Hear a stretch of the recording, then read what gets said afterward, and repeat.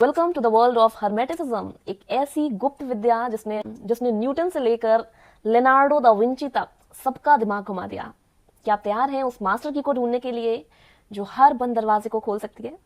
So guys, बहुत समय पहले की बात है। इजिप्ट और ग्रीस के संगम से एक नाम गूंजा, एक नाम का जन्म हुआ जिसका नाम था हेरमस ट्रिसमेजिस्टस। इन्हें थ्राइस ग्रेट कहा गया।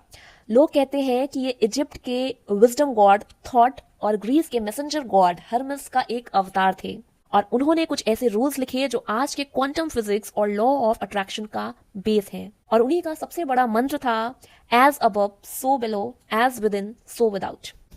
इसका मतलब है जो ऊपर सितारों में हो रहा है वही हमारे सेल्स के अंदर हो रहा है। जो हमारे दिमाग के अंदर चल रहा है वही हमारी बाहर की रियलिटी बना रहा है। हर्मेटिज्म के मुताबिक ये यूनिवर्स कोई क्योस नहीं है, ये 7 रूल्स पर चलता है, और अगर आपने इन्हें समझ लिया तो आप लाइफ को आराम से डिकोड कर सकते हैं। तो चलिए इसे समझते हैं। सो फर्स्ट प्रिंसिपल है द प्रिंसिपल ऑफ मेंटलिज्म। सो ये प्रिंसिपल कहता है द ऑल इज माइंड। ये पूरी दुनिया एक बड़ा सपना है, और वो सपना यूनिवर्सल माइंड देख रहा है। आपकी सोच ही आपका सच है। और दूसरा लॉ है द प्रिंसिपल ऑफ करस्पॉन्डेंस।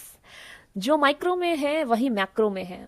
अगर आप अपने अंदर की दुनिया को ठीक कर लो ना, तो बाहर की दुनिया अपने आप लाइन पर आ जाएगी, और सारी चीजें जो बिखरी हुई हैं वो एकदम सही हो जाएंगी। सो यहाँ पर तीसरा लॉ कहता है नथिंग्स रेस्ट। सब कुछ मूव कर रहा है। और साइंस भी कहती है कि एटम्स कभी रुकते नहीं।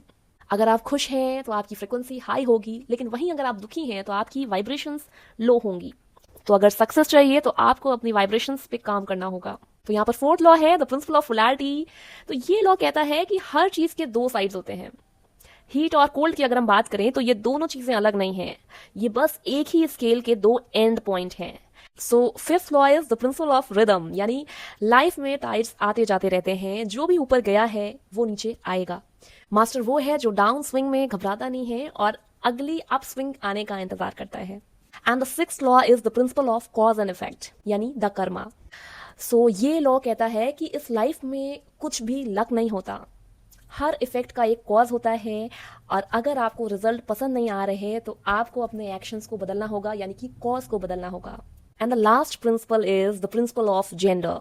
हर चीज में मैस्कुलिन और फेमिनिन एनर्जी होती है, और इनका बैलेंस ही क्रिएशन का राज है। अगर आप इन लॉज को और डिटेल में जानना चाहते हैं तो कमेंट सेक्शन में बताइए कि आप कौन सा लॉ जानना चाहते हैं डिटेल में। सो गाइज, ऐसे ही और वीडियोस के लिए सब्सक्राइब करिए सोल शिफ्ट बाय शोभिका। मिलते हैं नेक्स्ट वीडियो में। Till then, bye bye and take care.